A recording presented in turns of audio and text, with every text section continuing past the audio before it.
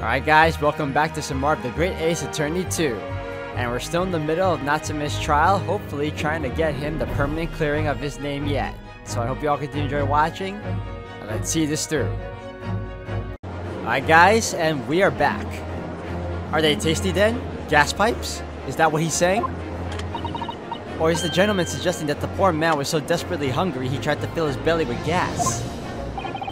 Perhaps no actress would perform a kiss scene with him, For shame, madam, speaking thy fancy. I assure you, I'm not such a buffoon that I have to kiss pipes. Objection! This is no summation examination. This is a farce. The prosecution will not stand for any more of my learned Nipponese friend conjecture. To begin with, the lamp in the victim's room is high on the wall. In order to have placed his lips to the pipe that feeds it, he would have to be a contortionist. These are empty assertions. Objection! It's true I have no proof that Mr. Shamspeare put his lips to the pipe. However, I can say with some certainty that on multiple occasions, Mr. Shamspeare has been doing something in front of that lamp on his wall. And I have evidence to prove it. Alright, you've got our attention, lad. I like to see how you can be so sure of yourself.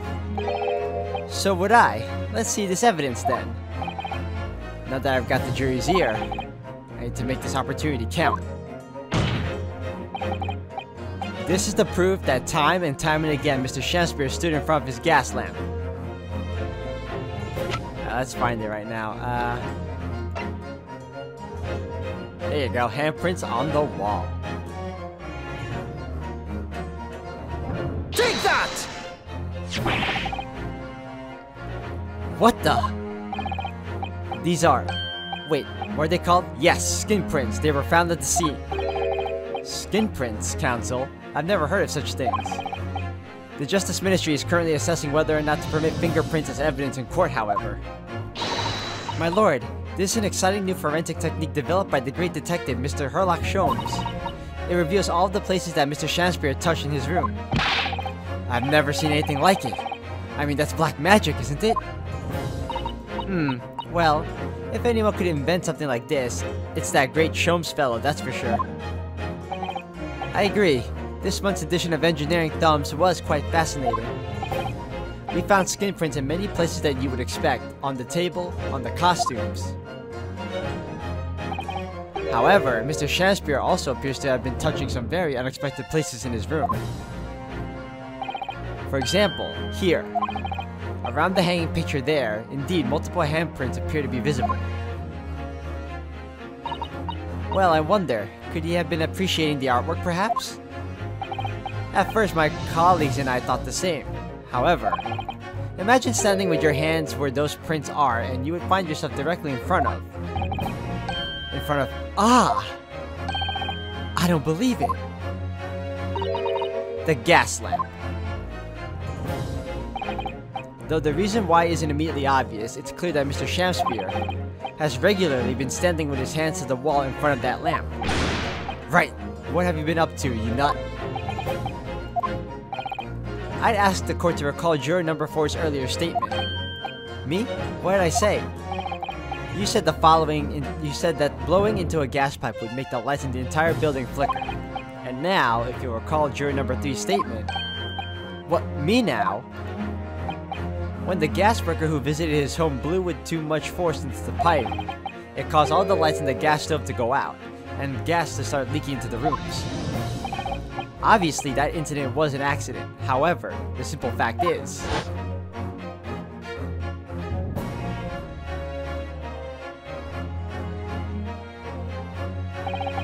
if Mr. Shamspeare were to have blown hard into the gas pipe here in his room, he could have extinguished every other light and gas stove in the building at will. Crikey! Are you suggesting that the man purposely caused the gas to... Objection!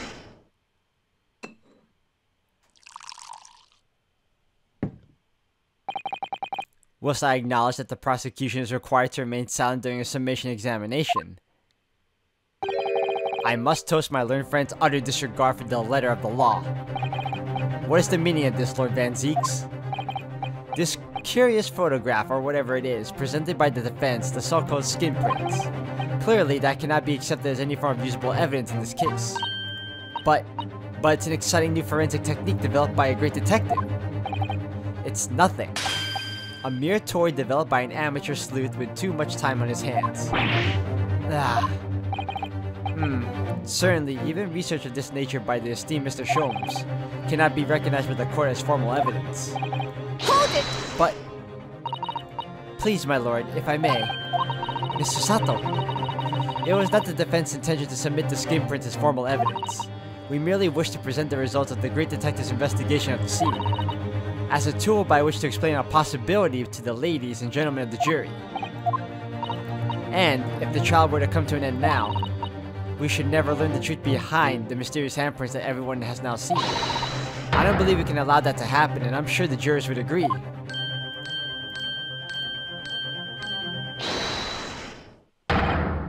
You're right. Whether those strange handprints are significant clue or not, it's down to us to decide. Juror number 3. Oh yes, I do declare the great detective's investigation results sound absolutely fascinating. And I want to hear what the shady actor fellow has to say about those shady handprints.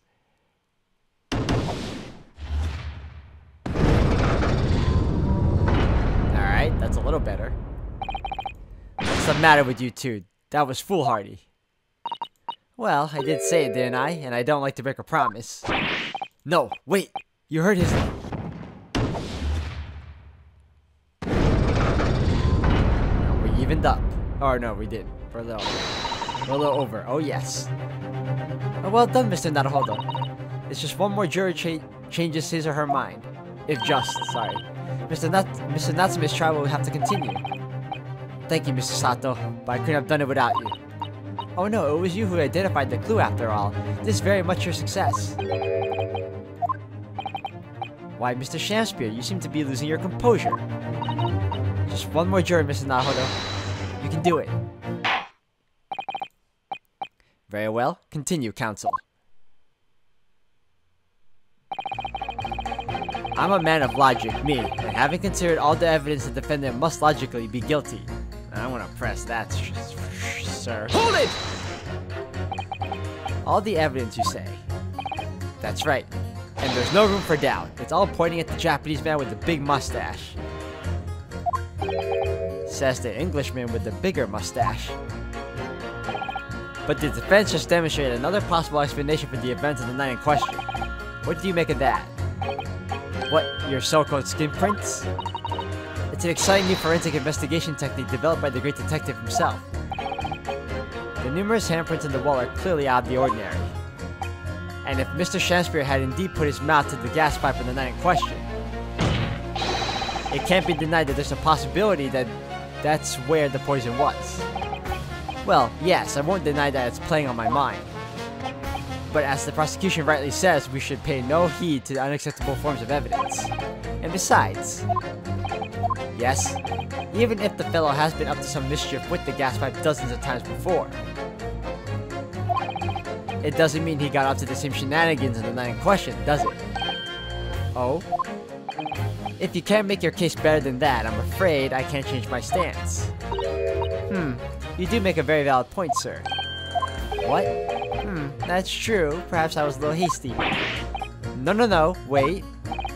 Look, you've got your chance here, haven't you? So it's time to prove your theory. If you and your Japanese cohorts can, that is. Just leave our nationality out of this, please.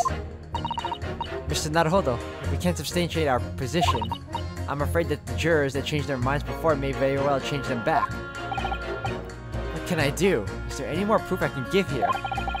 Can I show that Mr. Shamspear really did blow down the gas pipe in the night in question? I can't prove it. I can present evidence. I have a supporting testimony. No, in truth, I don't have evidence to support my theory. However, there is a witness testimony that substantiates it. But what's that? Testimony? This is incredible. Whose testimony? Yes, it's all connected. Everything is linked. A person whose testimony revealed details about the gas in the Garadev residence that night. Namely, I would have to say the only person there, besides Shamspear himself. I almost forgot his name. Take that! Obviously, I'm talking about the defendant, Mr. Soseki Natsume himself. The defendant! At the very beginning of the proceedings here in court yesterday, Mr. Natsume said the following. My lodgings! There's been a whole series of strange happenings in my lodgings! Even on that fateful night it happened, when I returned from Mr. Shamspear's room. Shamspear, wow. I lit my gas stove and climbed into bed, but before long, the stove went out, and somebody tried to kill me! On the night in question, the gas in the defendant's room went out. So I asked the court, was that a mere coincidence, or not? Good golly! So that Shamspear fellow blew air into the gas pipe to make the man's stove go out on purpose? Now hold your horses there. What would he do that for? Mr. Foreman. What the? What is it, man? We cannot allow judgment to be passed whilst this doubt remains.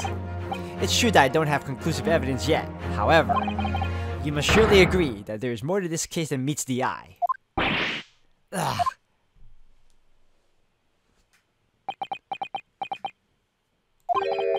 Fair enough. Like I said at the outset, I'm a man of logic first and foremost. Oh yes.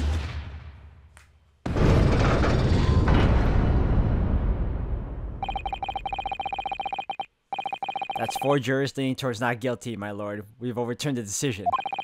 Therefore, the defense calls for the trial to continue.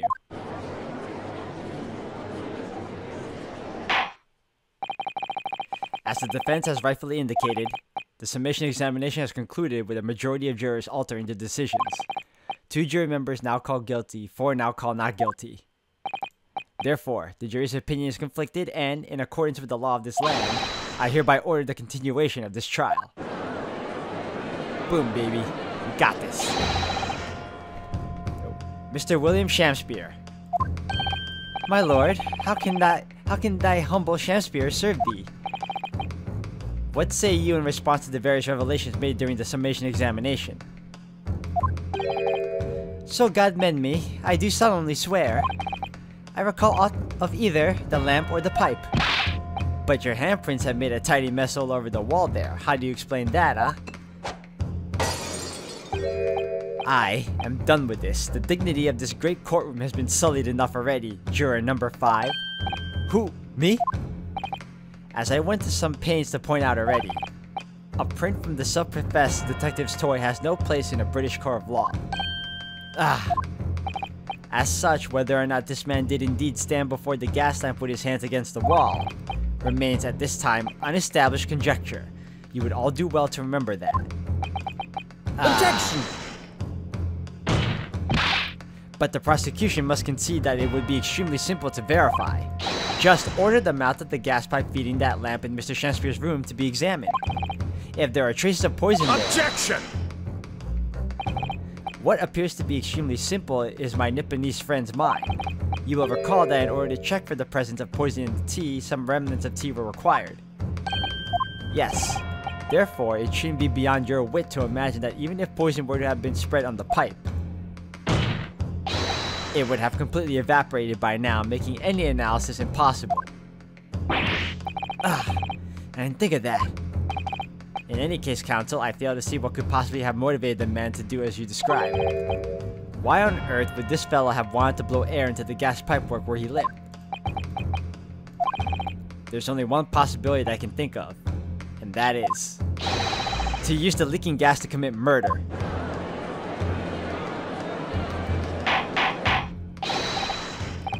Order! Order! Counsel! Precisely whose life do you propose this man was planning to end? The answer couldn't be simpler. Now we've unraveled the mystery this far. Mr. Shamspear wanted to end the life of the only person with him at the time. Take that!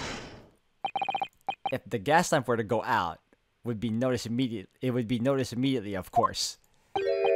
But a gas stove, on the other hand, could be silently extinguished by the killer without anyone noticing. I live around those parts myself, so I know what it's like. I can tell you, trying to sleep without the stove lit is pretty much suicide. You'd freeze to death in no time. Mr. Garadev, the landlord, has a large fireplace in his part of the residence on the top floor. In other words, it wasn't the landlord, but a fellow lodger whose life Mr. Shamspeare was trying to end. Outrageous!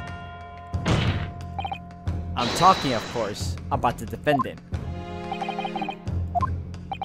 Mr. Natsume isn't the villain in this case. He's the victim this man was trying to murder. Good gracious! Objection! The accused is actually the aggrieved? Interesting. However, the fundamental facts of the case remain unchanged. Namely, that the accused is the aggressor here. What? How can you still claim that? Let us indulge your fancies for a moment and assume that there was indeed poison on the mouth of the gas pipe. The question that then arises is who put it there? Who did put it there? The only logical conclusion is that the person responsible was aware of this man's trickery with the gas supply and his intent to kill. Yes, that would indeed seem logical. If the assailant were unaware, how would he or she have known to lace the end of the gas pipe with poison? So now we must ask, how could anyone have known Mr. Shamspeare's murderous designs? Ah, you mean to suggest... Naturally, the sole possible answer to that question couldn't be more obvious. Only the man whose life was being threatened could possibly have known. What?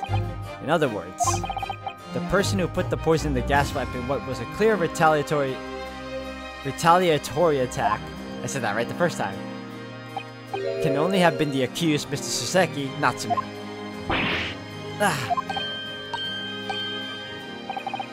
Whatever Mr. William Shamspeare may or may not have contrived to do, he was nevertheless the victim of a potentially lethal poison attack. And the only person who could possibly have perpetrated that attack is the accused, Mr. Natsume.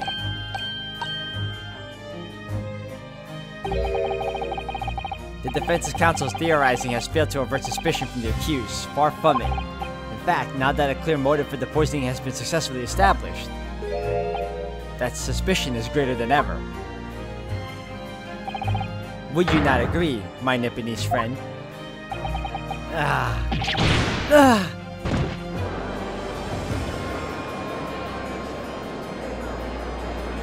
Uh-oh, here we go again. Now they're doubting. Second guessing. How did he manage to turn that around on me so rapidly? Mr. Naruhodo, he must respond. Otherwise, the members of the jury may very well change their leanings against us again. And this may be our last chance to gain the advantage. What advantage?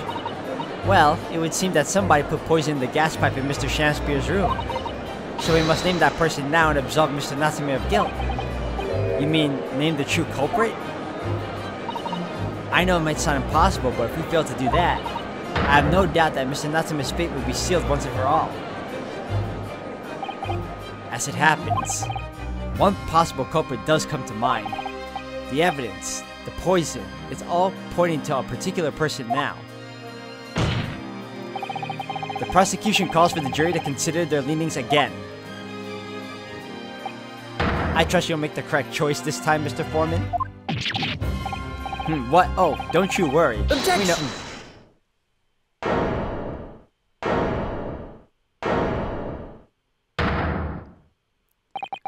There is one other person who I believe could have been involved in all this.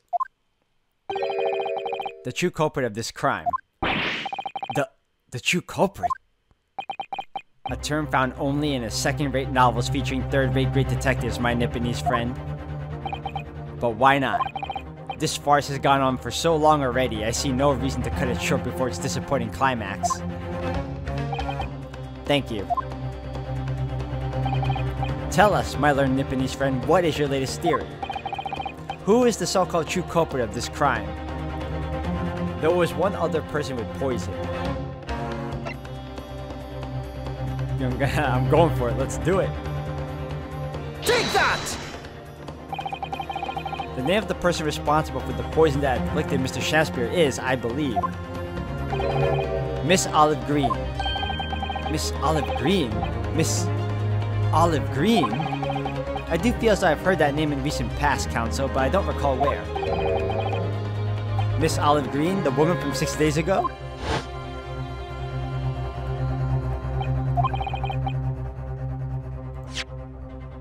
The victim in the recent case of the stabbing on Briar Road?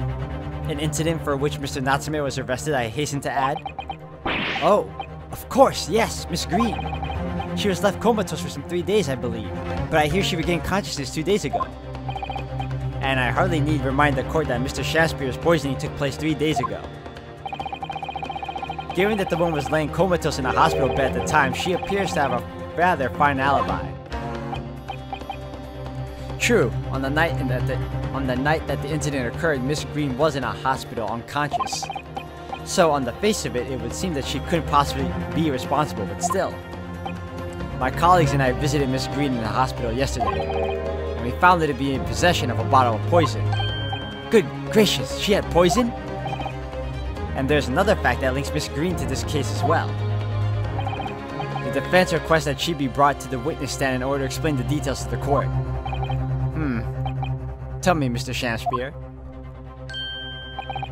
My lord, pray what be thy bidding? Are you acquainted with Miss Green? No, never heard of her.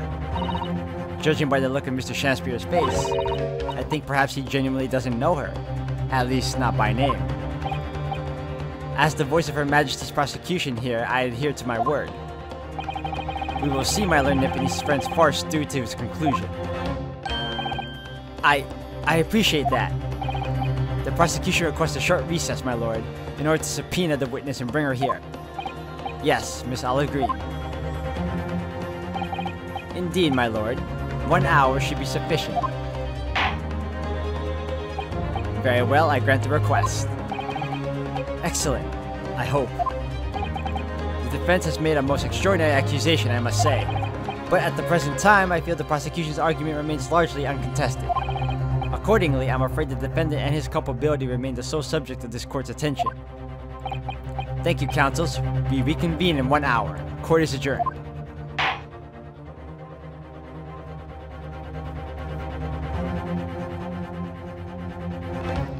Alright guys, I'm gonna have to end the video here for today. Thank you all for watching. When we come back, part 3 of the trial.